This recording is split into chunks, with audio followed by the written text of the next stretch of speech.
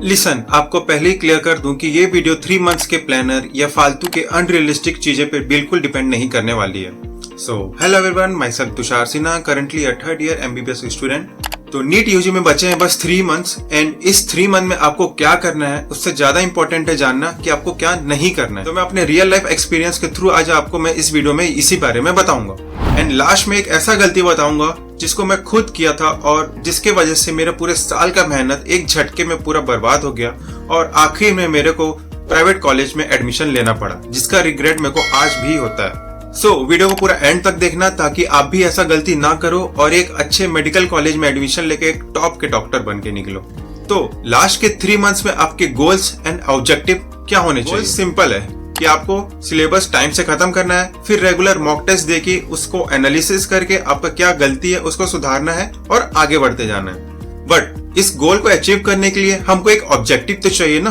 तो ऑब्जेक्टिव हमारा कैसा होना चाहिए? स्मार्ट होना चाहिए। स्मार्ट का मतलब एस से क्या? सिंपल होना चाहिए। एम से मतलब मेजरेबल, ए से अटेनेबल, आर से रियलिस्टिक एंड टी से एक पर्टिकुलर टाइम फ्रेम में होना चाहिए।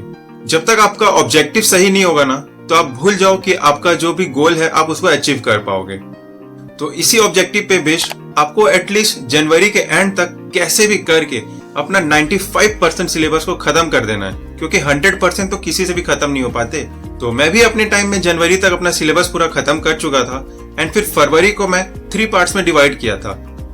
फरवरी के फर्स्ट 8 दिन में बायोलॉजी को दिया था, नेक्स्ट 10 डे में केमिस्ट्री को दिया था एंड लास्ट के 12 डेज में फिजिक्स को दिया था। तो मैं इसमें क्या करता था कि मेरे को जिस भी चैप्टर में कॉन्फिडेंस कम रहता था, जैसे कि बायो, फिजिक्स या केमिस्ट्री में, तो इन टाइम फ्रेम डेज में मैं उस पर ज्यादा फोकस करता था एंड जितने उस चैप्टर के एमसीक्यू अवेलेबल रहते थे मैं उन सबको करता था। लाइक जो पहला 8 दिन जो मैं बायो को डिवोट किया हूँ उसमें मैं सुबह से लेके शाम के 5 या 6 बजे तक की बायो को प्रॉपर फोकस करता था एंड जो भी 6 के बाद जो भी टाइम बच गए उसमें केमिस्ट्री या फिजिक्स के जो हाई यील्डिंग चैप्टर्स हैं मैं उस पर फोकस करके थोड़ा उनके साथ भी टच में रहता था। ये नहीं कि पूरा सुबह से लेकर रात तक आप सिर्फ बायो को ही कर रहे हो, ऐसे में आपका केमिस्ट्री और फिजिक्स भी छूटते जाएगा। फिर जब आपका जो सेकंड फेज आएगा जिसमें आप 10 दिन केमिस्ट्री को दिए हो, तो केमिस्ट्री का आपका मेन फोकस होना चाहिए सुबह से लेके शाम तक में, फिर शाम से रात तक में आपको बायो और फिजिक्स को थोड़ा बहुत देखते रहना है एंड ऐसे ही आपको फिजिक्स के साथ भी करना है। तो इससे ना मेरा कॉन्फिडेंस बहुत बूस्ट हुआ था एंड पूरे सिलेबस भी ऑलमोस्ट रिवाइज हो गए थे पूरे अच्छे से एंड जिस चैप्टर में मेरे को कॉन्फिडेंस कम था ना उस चैप्टर अब मेरे हाथ के एकदम पकड़ में आ गया था। एंड अब बस बचे थे 2 मंथ, तो मैं मार्च को फिर से क्या किया, उसको 3 फेज में डिवाइड कर दिया। अब इसमें मैं क्या किया कि फेज 1, फेज 2 एंड फेज 3 में डिवाइड किया और इस मार्च को मैं पूरा डिवोट किया था फिर अपने सिर्फ मॉक टेस्ट के लिए।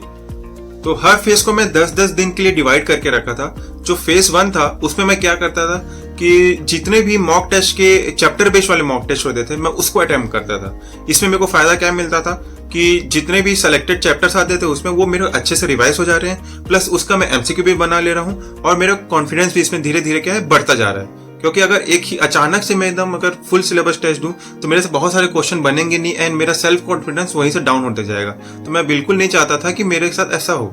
फिर फेज 2 में मैं मोस्टली हाफ सिलेबस वाले टेस्ट देता था। इसमें क्या कि मोस्टली मेरे सिलेबस पहले से रिवाइज एंड कंप्लीट हो चुके हैं, तो अब मेरे को हाफ सिलेबस मैं दे सकता हूँ। मैं आपको मैं रिकमेंड नहीं करूँ कि आप डायरेक्ट फुल सिलेबस कर दो एंड मैं भी नहीं किया था। इसमें क्या अगर आप स्टेप वाइज मैनर में जाओगे ना तो आपका कॉन्फिडेंस धीरे धीरे इंक्रीज होते जाएगा एंड आपके क्वेश्चन भी बहुत अच्छे से सही होते जाएंगे। एंड लास्ट फेज 3 मतलब लास्ट के जो 10 डेज थे उसमें मैं हर दिन रेगुलर फुल सिलेबस टेस्ट देता था, जिसमें मेरा सेल्फ कॉन्फिडेंस और ज्यादा इंक्रीज हो गया था। एंड मेन पॉइंट क्या है कि मैं इस टेस्ट को 2 से 5 बजे के बीच देता था, क्योंकि हमारी नीट की टाइम भी 2 से 5 ही है। तो मैं इस टेस्ट के बीच में ना पानी पीता था, ना वॉशरूम जाता था या फिर ना मेरे से कोई भी मिलने आता था। एकदम सीरियस माहौल बना के मैं देता था ताकि मेरा माइंडसेट अभी से बिल्ड हो जाए कि मेरे को नीट में इस बीच में कैसे रहना है। कभी कभी तो मैं फैन ऑफ करके भी एग्जाम दिया था ताकि कोई नहीं जानता कि नीट वाला सेंटर कहाँ दे देगा और आपको वहाँ क्या क्या फैसिलिटी अवेलेबल रहेगी। फिर अप्रैल के स्टार्ट में मेरे को बहुत कॉन्फिडेंस आ गया था कि हाँ मेरे मार्क्स भी अच्छे आ रहे हैं, नेगेटिव मार्क्स भी बहुत कम हो रहे हैं एंड मेरे को ना बहुत अच्छा लगने लगा था, जिसकी वजह से मेरे मन में थोड़ा सा ओवर कॉन्फिडेंस आ गया एंड यहीं से मेरा स्टार्ट होता है लाइफ का सबसे बड़ा गलती। फिर जब लास्ट के 1 मंथ बचे हुए थे ना तो मेरे को नहीं पता चला मेरा माइंड कहाँ से माइंड वॉश हो गया, क्या हो गया मेरे को कि मैं एकदम PUBG खेलना स्टार्ट किया एंड इस गेम ने मेरे को इतना जल्दी एडिक्ट कर लिया कि मतलब पढ़ाई क्या होता है मैं एकदम इग्नोर कर दिया। मैं ऐसा हो गया कि मेरे लिए पढ़ाई एग्जिस्ट ही नहीं करता है। कसम से मैं लास्ट के 1 महीना कुछ पढ़ाई नहीं किया हूँ। एंड मैं पढ़ने की जगह मैं क्या करता था पता है? पबजी के यूट्यूब में वीडियोस डालता था, लाइव स्ट्रीम करता था, क्योंकि पबजी उस समय इतना क्रेज हो गया था, पबजी का कितना पीक में चल रहा था इंडिया में। एंड मैं उस पीक में आके अपने लाइफ को पूरा बर्बाद कर दिया। नीट के 1 महीना बचे थे एंड मैं गिन के बता रहा हूँ, इस महीने में मैं जो साल भर का जो पूरा मेहनत था ना, एक झटके में मैं पूरा बर्बाद कर दिया हूँ। एंड बिना पढ़े, लास्ट के 1 महीना बिना पढ़े, बिना रिवाइज किए मैं जाके नीट दिया हूँ। एंड इवन नीट के एग्जाम वाले दिन भी मैं सुबह से ना पबजी नहीं खेल पा रहा था, तो मेरे को एकदम अलग से बेचैनी हो रही थी। मतलब तो मैं सुबह सुबह उठने के बाद 1 घंटा पबजी भी खेला था। उसके बाद मैं नीट का एग्जाम देने गया था। मेरे को नहीं पता, अभी भी सोचता हूँ उस बारे में, मेरे को समझ नहीं आता कि ऐसा क्या हो गया था मेरे माइंड में कि मैं इतना उस गेम के लिए एडिक्ट हो गया था। तो मेरा साल भर का जितना मेहनत था, 1 महीना मेरा पूरा खा गया। एंड फिर मेरे को लास्ट में प्राइवेट कॉलेज में मजबूरी में एडमिशन लेना पड़ा। बट ठीक है, जो होता है लाइफ में होता है, अब हो गया। बट अब मैं नहीं चाहता कि अब इस फेज से मेरा आगे वाला चीज मैं खुद से खराब करूं। इसलिए मेरे से जो भी गलती हुई है पास्ट में, मैं सबको एक्सेप्ट करके एक नए फ्यूचर के लिए, एक अच्छे फ्यूचर में मैं बदलने का ट्राई कर रहा हूं। तो मैं नहीं चाहता कि ये सब गलती भी आप करो, क्योंकि लास्ट के जो 2 या 3 महीने रहते हैं ना, उसमें माइंड बहुत जल्दी डिस्ट्रैक्ट होता है, क्योंकि इतना ज्यादा पढ़ने का प्रेशर रहता है कि आपको अगर कुछ नया चीज मिलता है ना, आप उसमें एकदम फोकस हो जाते हो। एंड इसी वजह से मेरा नीट में 500 से कम स्कोर आया एंड मेरे को मजबूरी में प्राइवेट कॉलेज में एडमिशन लेना पड़ा, जो कि मैं अभी तक, आज तक मैं रिग्रेट करते आया हूँ। मैं भी बहुत सारा मॉक टेस्ट दिया था एंड धीरे धीरे बहुत इम्प्रूव भी कर रहा था एंड लग रहा था कि नीट में अच्छा स्कोर ले आऊंगा। बट हम जो सोचते हैं हमेशा वैसे ही होगा, ये कोई कह नहीं सकता ना।